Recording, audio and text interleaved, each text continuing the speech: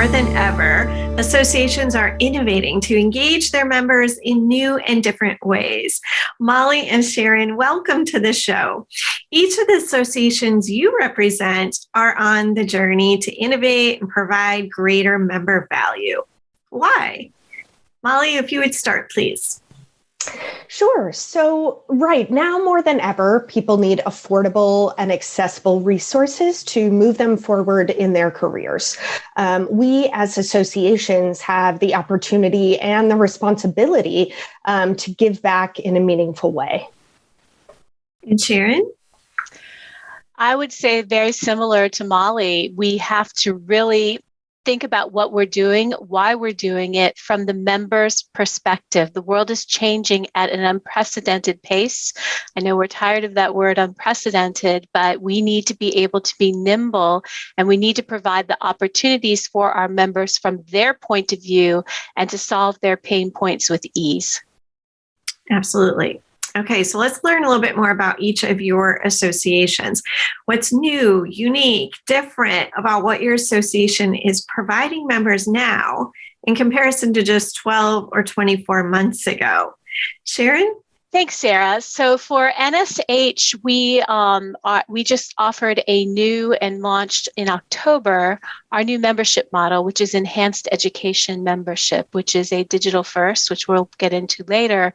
But for us, really focusing on being where the member is and where they reside and giving them what they need to move their careers forward. In addition to that, we've also launched some different digital education offerings that are in partnership with that enhanced education membership. Okay, I'm excited to learn more about digital first. So Molly, what's new, unique, or different now in comparison to just a year ago or so? Sure, right. So COVID really forced us to make some of the big leaps we had been planning to do in the next few years, right? So moving to hybrid events, offering asynchronous learning online, a boosted membership value, and a big 50% membership price drop. So now we are really hyper-focused on skills-based learning initiatives to really provide accessible and affordable education and resources to not only our members, but to the entire marketing community. All right. So Molly, let's expand on that just a little bit further.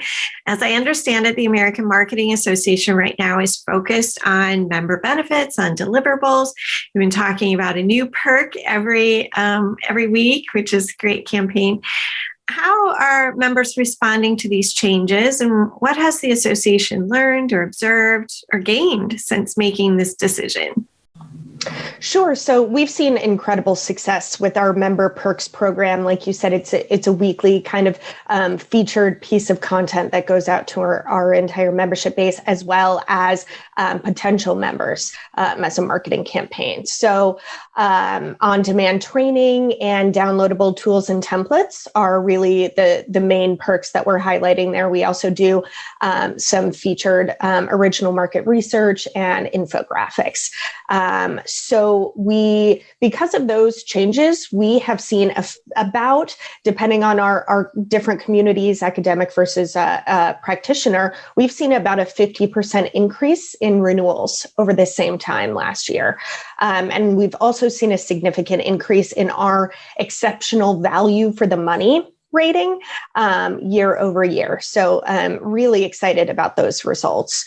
I would say our biggest takeaway is that we as associations need to make it easy for our members to access our most valuable offerings, right? Instead of having our trainings and our tools and our templates buried on our website, we've been bringing them directly to their inboxes in a really custom curated cadence. And the results have just been great. So you're marketing the American Marketing Association in really clever ways. So that's amazing. Great results. Okay, so Sharon, you mentioned trying to become a digital first association. What does that mean, and how are members responding to this change, and what have you learned and observed and gained during this time? Sure. So for NSH, becoming digital first really tied to what our members' needs are. We are a profession that is profoundly affected by the demographics, something that you know very well in the United States. The boomers are exiting. There aren't enough Gen Xers coming in. Of the millennials and Gen Z who are coming in, a lot of them are leaving because they're not being paid enough or because of the environment in the lab. But we still need people to process biopsies. So for us, digital first meant that for those practitioners who are unable or will ever be able to interact with us in person and do our hands-on training, we needed to be where they resided, and we needed to be able to be where they could access the content and the information that they needed. Like Molly said, we have infographics which they can print out and they can laminate them and put them up in the lab. So we completely redid how we deliver our content to digital first, where we have a dashboard. Like the AMA, our members couldn't find anything. Once we took our resources out of our online higher logic community, we actually put them into a member dashboard and into our learning management system. And we have a section now that is free with membership. And everybody can see it and they can see a description, but they can only access it if they're a member. So by digital first, for us, that does not mean that we are not going to do in person. Our members are craving that human connection beyond Zoom and beyond the digital realm, so that when we do go to in person, it's going to be very heavily focused on human connections and hands-on training. So circling back to digital first, we launched our enhanced education membership, which allows enhanced education members to access our over 70 webinars. So we have the most comprehensive and diverse histotechnology education probably in the world. So this way they can access what they need to get 24/7 hands-on without any additional fee. So it solved the need for them of affordable and accessible education for maintenance of certification, as well as just-in-time learning. When we did our modeling, we predicted that we would have, I think it was 5% convert to the enhanced education membership. As of this morning, we are at just over 34%.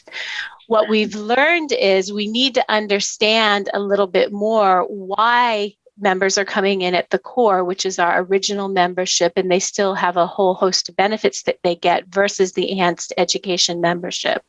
What we believe right now is it's tied to in-person, so we have a little bit more work to do there. But what we're seeing is of the members who are joining, they 2-to-1 prefer the enhanced education over the core education. So our next steps and what we need to do to go forward and what we've gained from this is we need to take a little page from AMA's sheet and we need to bring those benefits directly to them as they need them and be a little bit more comprehensive with what we're doing. I love learning about two very different strategies, and yet each strategy is gaining tremendous momentum. It's really great. But your organizations are going through a time of change, and keeping members engaged during a time of change can sometimes be difficult. So I'm curious to know what advice or tips you have for those in our audience to keep members informed, inspired, and engaged throughout the change-making process. Molly? Sure. So at the AMA, we are incredibly lucky to have a really engaged member base already.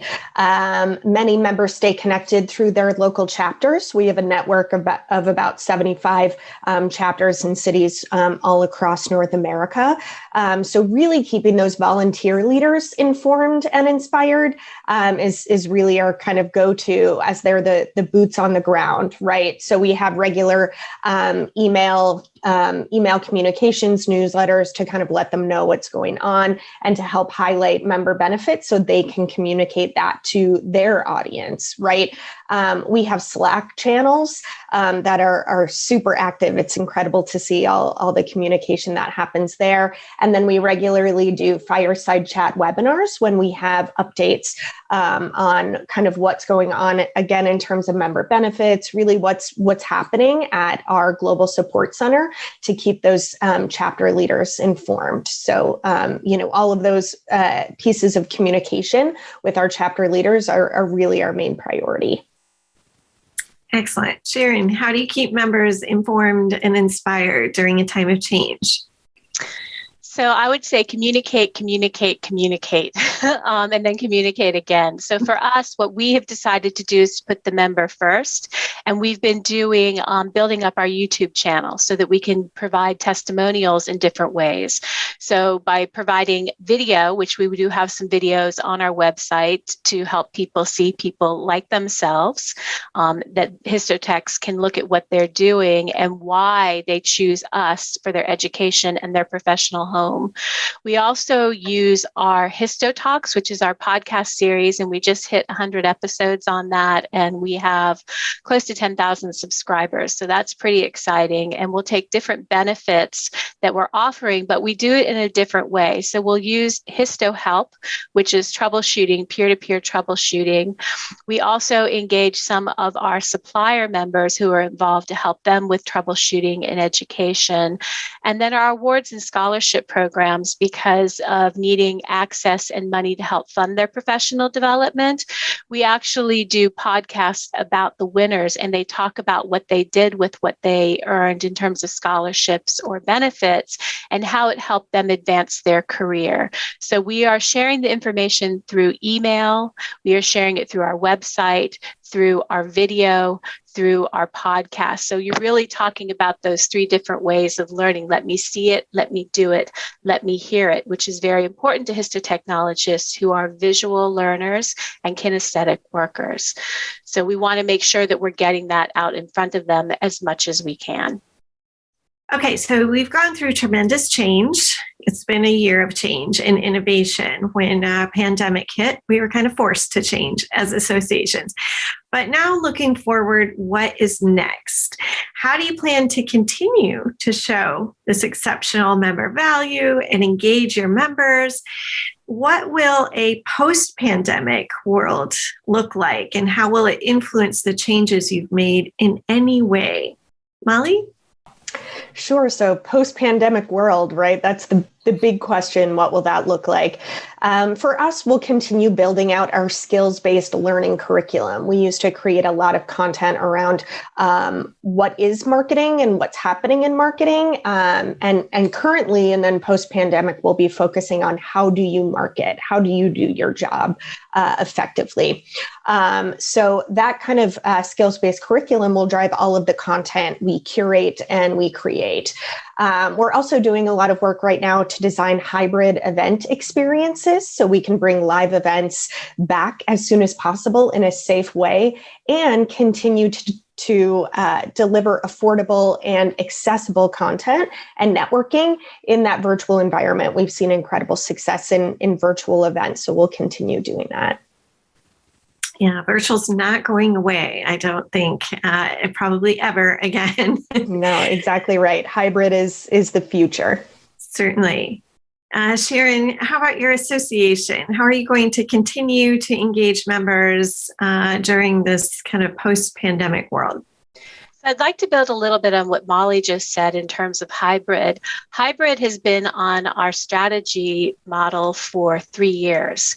Mm-hmm. However, in asking us what has changed about the pandemic, our idea and our vision of hybrid has changed. So the bar was maybe set here, now it's up to here, and it's really changed what that means for us. So we are going digital again this year for our annual conference, and based on the outcomes from that, we're going to have to really rethink, do we want to offer hybrid as part of our strategy going forward, or do we want to structure 2 separate events where we're going to do our in-person, which I mentioned earlier, is going to be heavily focused on hands-on training and human interaction, and then do we do a digital event separately? So that's something that we're evaluating. For us, we're going to continue to build on our catalog of education, but rather than just adding to it, what we are focusing on very closely is a gaps analysis. And we started with personas of our histotechs, and then adding on to that, we are now journey mapping those personas and looking at the opportunities and finding out where there's skill gaps and who, if there is nobody else in our space, that's where we're going to focus our efforts to continue to drive value. And then we'll have a decision tree that what is going to be included as a member benefit for which category at what level, and what will be something that is value add or at a reduced price. So as we close out our time together, I'm curious, in your opinion, what must associations be doing right now to create an organizational culture that engages and is relevant to the changing needs and interests of members? Because clearly you both represent associations that have those cultures intact. So what is your advice to other associations hoping to do the same? Molly? Sure. So at the AMA, we really strive to be a learning organization. And we think of a learning organization as twofold. One, that we're constantly learning about what our members and potential members need from us. What does the marketing community need from the AMA? We're also always learning new ways to deliver on again, what those members need from us and that value. So COVID has really forced us all to learn so much, right? New ways of working, new ways of communicating. Associations really can take those learnings and create more meaningful experiences for members as we really start to see some light at the end of the tunnel. Yes, absolutely. And Sharon, what must associations be doing to create that organizational culture that's open to change and engaging members? So I think this is a good juxtaposition because AMA is such a large organization in terms of membership and staff, and NSH is a small organization with 5 FTEs and 3,000 members. So from my perspective, what organizations must do is they must build a governance structure that allows them to be nimble, and they need to rethink their strategic plan. So in the past, NSH had a very detailed strategic plan with lots of objectives. The board of directors just approved a much more nimble plan where we have 3 pillars that we will be working on. 1 is to advocate, 2 is to diversify, and 3 is to educate. And by creating that nimbleness, we're going to have a strategic plan, and everybody needs to do this, where you're going to have several irons in the fire. And depending on what's happening, because the pandemic has taught us that things don't stay the same for very long at all, when to take an off-ramp and pursue an opportunity, or when to take one of those irons in the fire, lay it aside, let it cool down a little bit, and then bring it back. So nimble is key, and having the right guardrails in place so that you can make decisions in a timely manner. Absolutely. So fantastic insights and advice. I like to end these interviews with a celebratory dance. So join me in some dance moves to celebrate all that your associations have done to engage members, stay relevant, and embrace this idea of change. Thank you for being on the show, and thank you for all you're doing to help save the associations.